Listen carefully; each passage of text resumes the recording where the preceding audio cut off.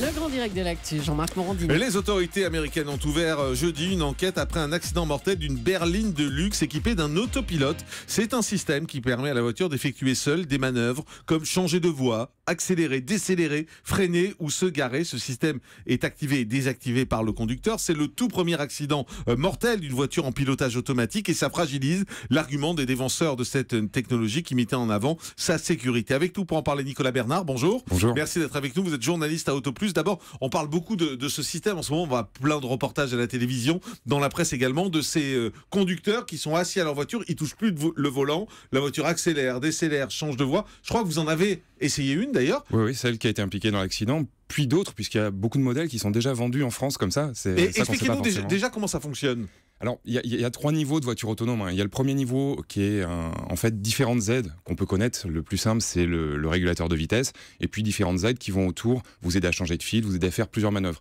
Le second niveau, et c'est celui qui est vendu en France à l'heure actuelle, c'est finalement un cerveau qui va gérer toutes ces différentes aides, les mettre ensemble et permettre à la voiture, sur une certaine distance, de se conduire vraiment toute seule. Et le troisième niveau, c'est là-dessus qu'il y a eu confusion, c'est avec les Google Cars, les voitures qu'on voit sans pilote à l'intérieur, qu'on a pu voir en Californie, qui sont en phase de test. Ça, on les trouve pas encore dans le commerce.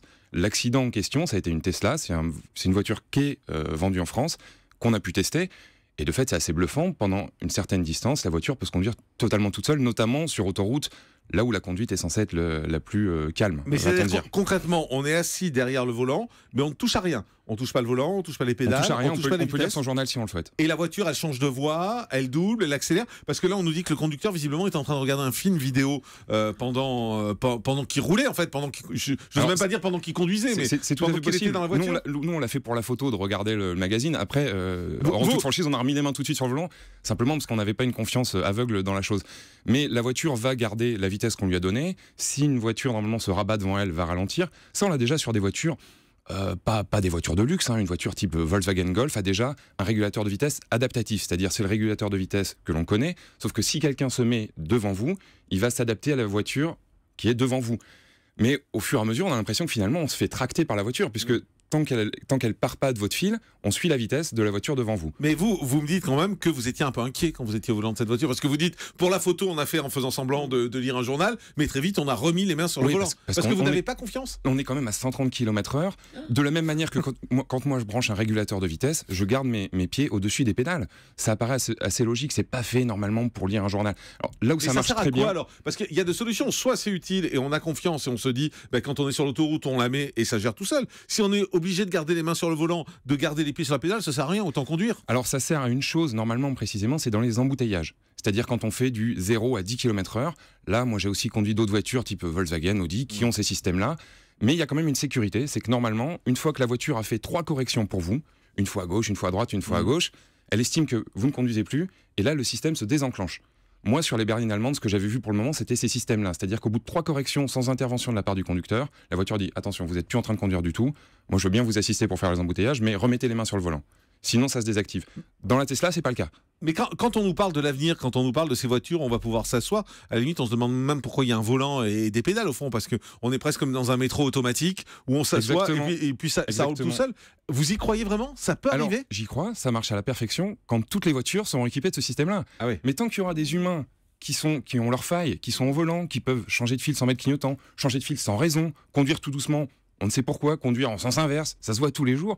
Tant qu'il y aura des humains au volant et que toutes les voitures ne seront pas autonomes, ce système aura des failles. Donc il faut qu'il y ait un conducteur derrière qui garde les mains sur le volant et qui soit prêt à intervenir en cas de faille. C'est censé être soulagé, rendre la conduite plus facile, comme un régulateur de vitesse. De s'endormir, vous vous rendez compte? Déjà, moi je trouve que le régulateur de vitesse, ça permet de s'endormir parce que on est là et puis on n'a plus grand chose à faire. Ce qui est bien, c'est qu'on a le choix. Voilà, on a le choix. On le met ou pas. Certains trouvent ça fatigant. Certains conducteurs, à l'inverse, disent moi, je suis reposé quand j'ai mon régulateur de vitesse et quand je dois intervenir, quand je vais en ville, quand il y a une situation dangereuse, je suis en forme pour pouvoir intervenir à ce moment-là. Mais en tout cas, visiblement, dans l'accident qui s'est produit, la voiture automatique a foncé dans un camion. Oui, c'est un problème de caméra finalement, comme quand vous prenez. Désolé. Ces systèmes-là marchent avec des caméras. Ces systèmes-là ont des failles. Mais alors, un ingénieur me disait à juste titre récemment que finalement, on peut accepter, ou tout du moins on le déplore, mais on peut accepter qu'il y ait des centaines d'accidents mortels tous les jours dus à des erreurs humaines. Mais un accident dû à une machine, c'est intolérable. C'est normal, c'est intolérable. Les machines sont là pour combler nos failles. S'il y a un accident tous les 10 ans comme ça sera à chaque fois intolérable. C'est logique. On a nos failles, ces systèmes-là sont là pour nous aider, pas pour nous remplacer. Disons un mot de ce système de caméra. En fait, il y a des caméras et des capteurs qui sont positionnés sur la voiture. Exactement. Et la voiture voit, enfin, c'est comme des yeux. Exactement. Et elle voit ce qui se passe, elle voit le camion qui arrive, elle voit la voiture. Si vous prenez une photo avec votre téléphone d'une voiture blanche sur un mur blanc par un jour de grand soleil, vous n'allez pas distinguer grand-chose. C'est la même chose qui s'est passé pour cet accident-là. Alors normalement... C'est-à-dire qu'en gros, la caméra est éblouie, quoi. Exactement, on n'a rien vu, il n'y avait pas assez de contraste en fait dans l'image. Normalement, ce qui sauve ça, c'est la plaque. Mais comme là, c'est un camion qui tournait, qui coupait la voie. Donc la plaque n'était pas face à la caméra. Exactement. D'accord. Normalement, le garde-fou, c'est la plaque. Est-ce que pour vous, il y a un avenir dans ces voitures ou c'est un gadget ? Non, il y a un avenir pour, au même titre que le régulateur de vitesse, et notamment pour les embouteillages. Pour moi, ça doit rester pour les embouteillages, c'est-à-dire les moments où il n'y a pas vraiment de danger, où la conduite est très ennuyeuse. On va pas investir dans des voitures avec tout ce système si c'est juste pour les embouteillages. Ça existe déjà et c'est pas si cher que ça au niveau des voitures. Mais les voitures totalement autonomes, vous y croyez ou pas ? Pas vraiment. Non, pas vraiment. C'est pas possible. On doit pouvoir intervenir encore. Il doit y avoir un humain derrière le volant. Merci beaucoup Nicolas Bernard d'avoir été avec nous. Je rappelle que vous êtes journaliste à Auto Plus. Vous intervenez sur l'antenne d'Europe 1 après ce premier accident mortel aux États-Unis sur une voiture à pilotage automatique. On a bien compris comment cela fonctionnait grâce à vous. Merci beaucoup d'avoir été avec nous ce matin sur Europe 1.